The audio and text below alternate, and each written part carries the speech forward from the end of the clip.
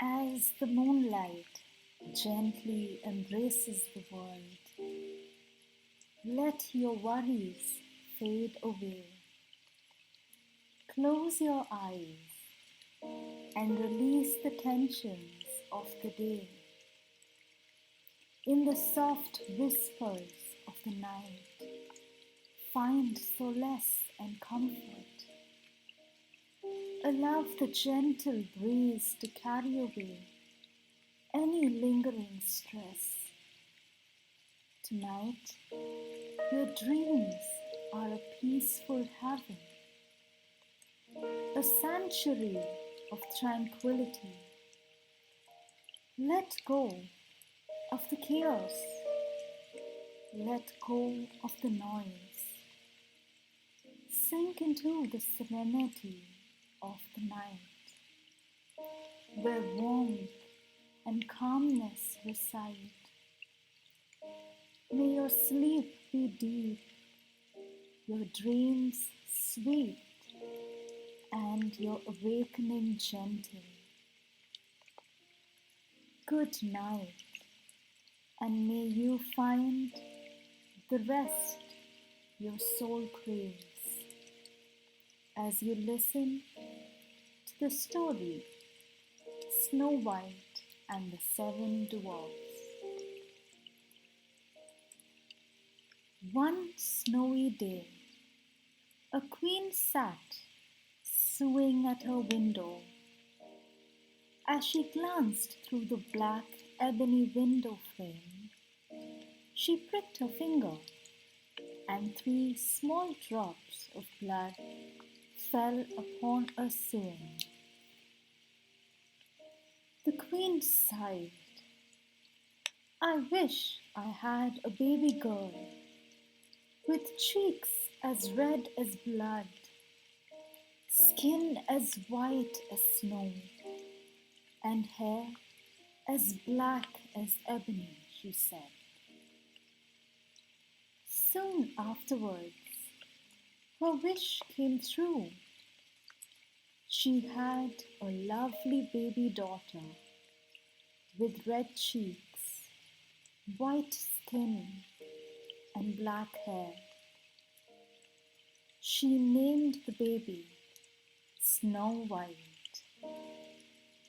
But before long, the queen died, and Snow White's father married again.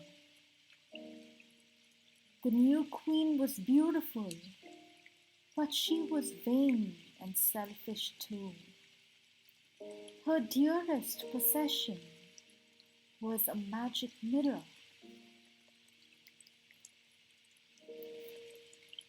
Every day, the queen would stand in front of her mirror and ask, Mirror, mirror on the wall, who is the fairest of us all?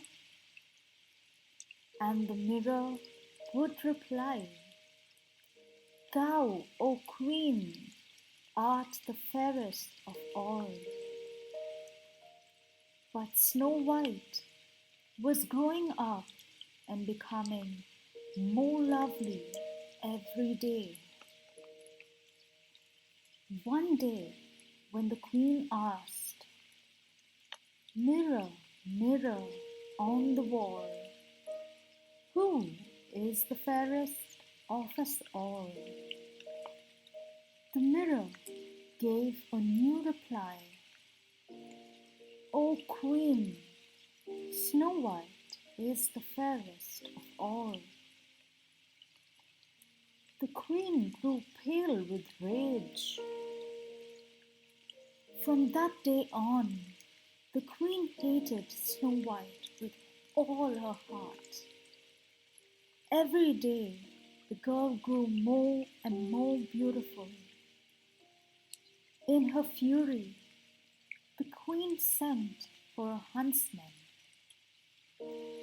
Take Snow White into the forest, she ordered. Kill her and bring her heart back to me. So the huntsman took Snow White into the forest. But he could not kill the lovely girl. "Run," he said grumpily, "and never return." Snow White was lost and frightened. "Oh, where shall I go?" she wept. At last she glimpsed a little cottage in a clearing.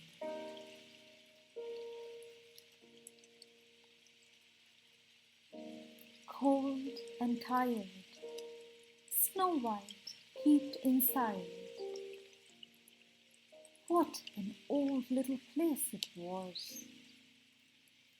There were 7 little chairs and 7 little plates. Along one wall there were 7 little beds. As there was no one about, Snow White lay down on one of the beds and fell fast asleep. Unknown to the sleeping girl, the cottage belonged to 7 dwarfs who worked in the mines all day. At nightfall, they came home from their work and lit 7 little candles. "Goodness me! There's someone here!" cried one of the dwarfs in surprise. When he saw Snow White, the noise woke Snow White, and the 7 little dwarfs crowded round her. "How beautiful she is!" they cried. "Why have you come here, my dear? And how can we help you?" asked one of the dwarfs in a gentle voice. Snow White explained about the wicked queen. As she told her story, she grew so sad that she began to cry. "Hush, my dear," said the little men. "You can live here with us, safe from that evil woman." Snow White gratefully accepted their offer. In the palace, the queen once again stood before her magic mirror. She did not know that the huntsman had disobeyed her and brought her an animal's heart instead of Snow White's. Rubbing her hands with glee, the queen smiled and said, "Mirror, mirror on the wall, who is the fairest of us all?" And the mirror replied, "O Queen, Snow White is fairest of all, for in the forest where 7 dwarfs dwell, Snow White is still alive and well." Screaming with rage, the queen planned her revenge. Next morning, after the dwarfs left for work, Snow White sang happily to herself as she tidied the little house.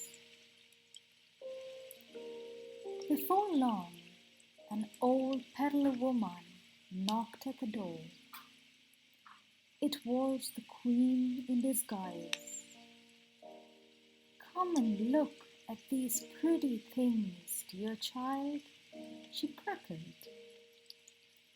Snow White was enchanted. She let the old woman tie a pink velvet ribbon around her neck to see how it would look. Suddenly, the old woman pulled the ribbon tight. Snow White fell to the ground.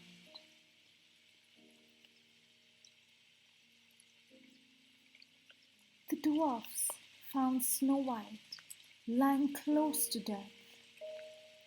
They untied the ribbon so she could breathe, and by the next morning she was well again. That peddler was the wicked queen, said the dwarfs. Before they left for work, they made Snow White promise never to open the door to anyone. Meanwhile, once again, the magic mirror had told the wicked queen that Snow White was not dead. The angry queen disguised herself as a kind old lady selling combs. Again, Snow White nearly died, for the combs were poisoned.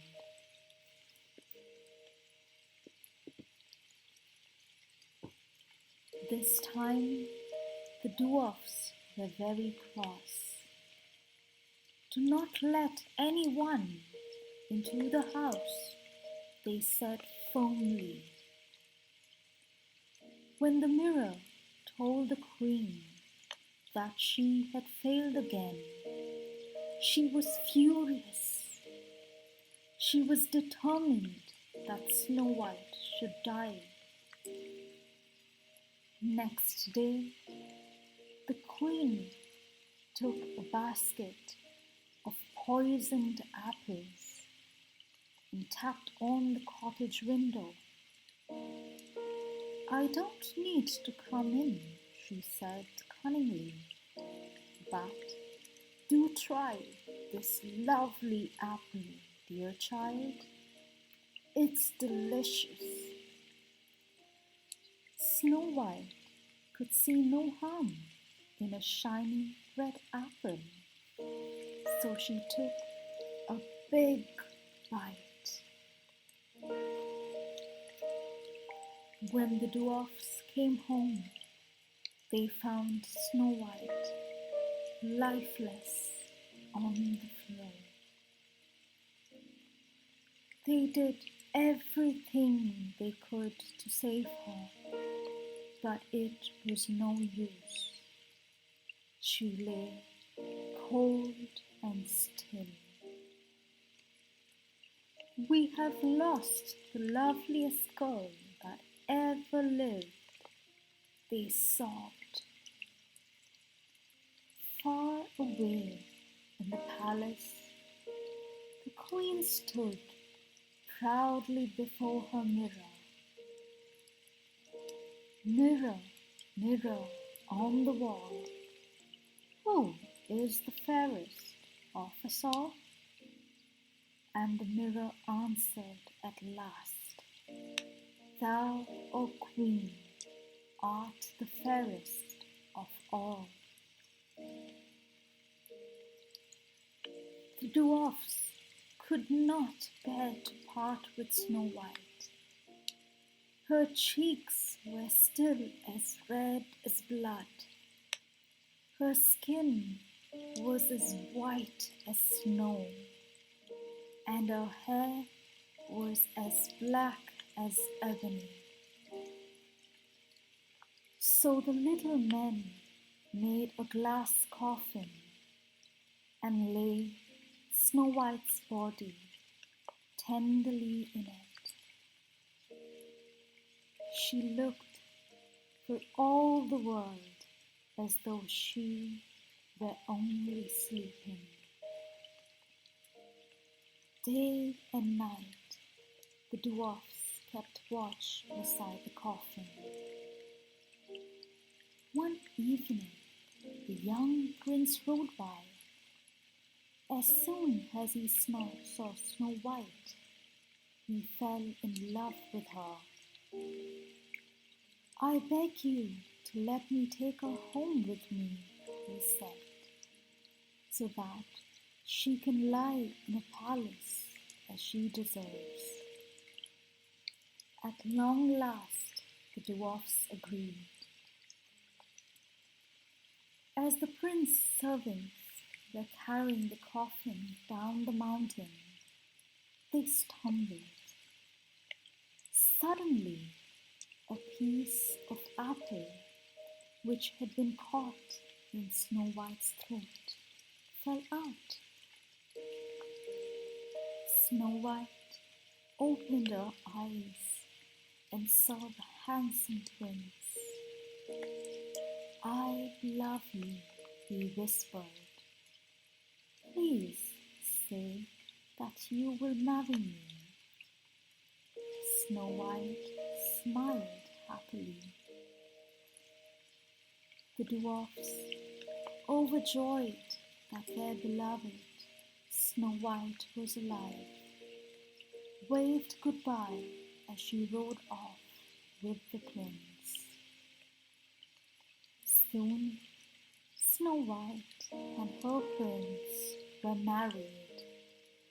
They lived happily ever after, and the wicked queen and her mirror were never heard of again.